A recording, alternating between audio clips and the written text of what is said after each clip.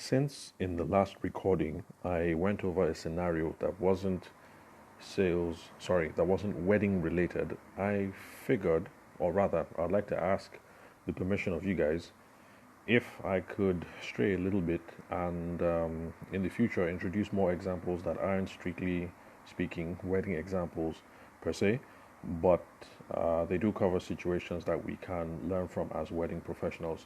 So, with that in mind, I would like to introduce you guys to a live case study that we did, a sales clinic that I handled at the Seed Builders Tech Hub here in Abuja.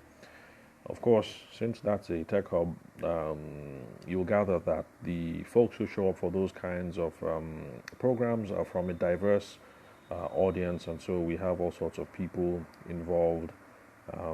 So far, it seems to be mostly tech, real estate. What else?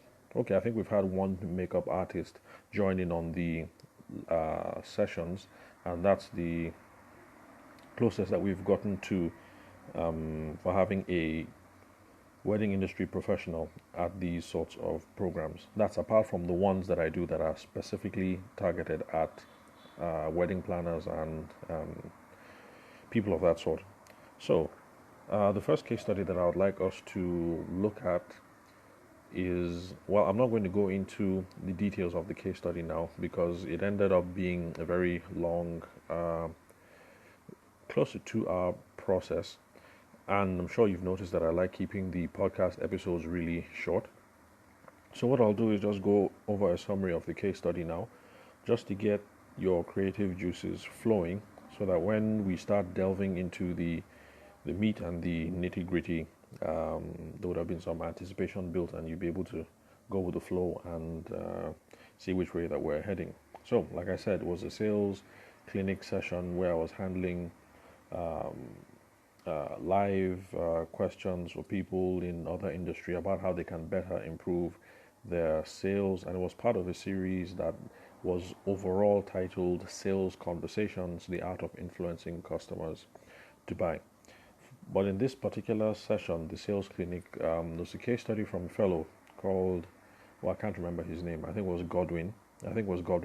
And the company is G Power Tech, and they're into alternative power solutions, and they're based in Lagos, and so their scope of operations is, typically around those areas, Lagos and environs.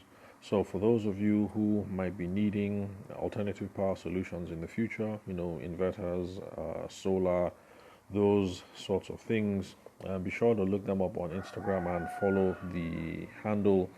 And yeah, I guess you'll just let him know that Tavishima sent you, and I'm sure he'll take good care of you guys, and he will sort you out. The Instagram handle, I can't remember the Instagram handle. I guess when we get into the meat of the case studies, I will have that bit of information ready for you guys.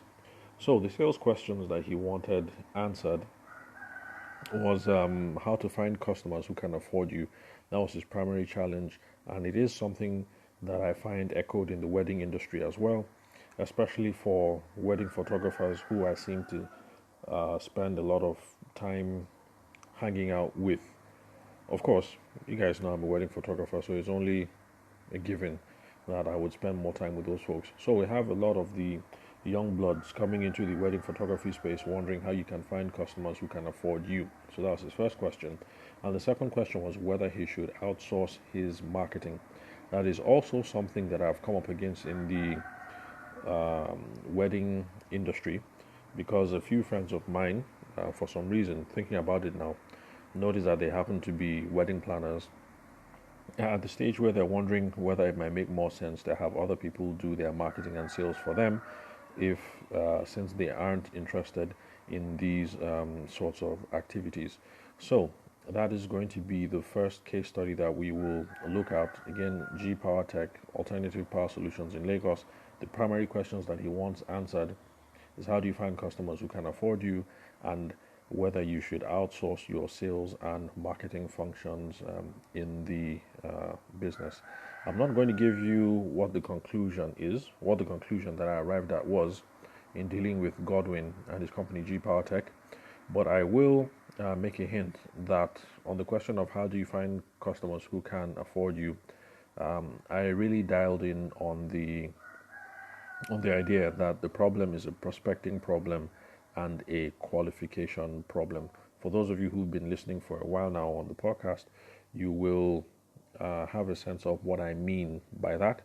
But if you're a newbie and this happens to be your first time, don't despair. I'll be back on the mic again tomorrow and we will go into this in some detail. So, this is going to be the case study. Since the live session took about 2 hours to run through, let's just assume that this is going to be our preoccupation for the next 4 or 5 episodes here on the podcast. So, thank you very much, guys, for listening. I'm looking forward to taking you guys on this particular journey with you. And if the response that I get is cool about this session, then maybe in the future I can also bring in more case studies about sales interventions that I have with other people, so that even though they are from other businesses, we'll be able to glean some tips, tricks, and some information and some handy principles that can apply to our own industry as well as wedding professionals. For those of you who've been listening from the beginning, remember, I really think that having an interdisciplinary approach to our business is absolutely key. If we stay within the four walls of what it is that we know, if wedding photographers only hang out with wedding photographers and only sell like wedding photographers sell, then in my own opinion, I think there's an implied cap on how much we can grow the business. But if we open up our sphere of influence and interactions to include people from other industries, the other things that we could learn, apply to our own space, and hopefully yield some super results from that. So thank you very much, guys, for listening to the Sales for the Nigerian Wedding Industry podcast. I'm your host, Abuja-based photographer. I will catch you guys on the next episode.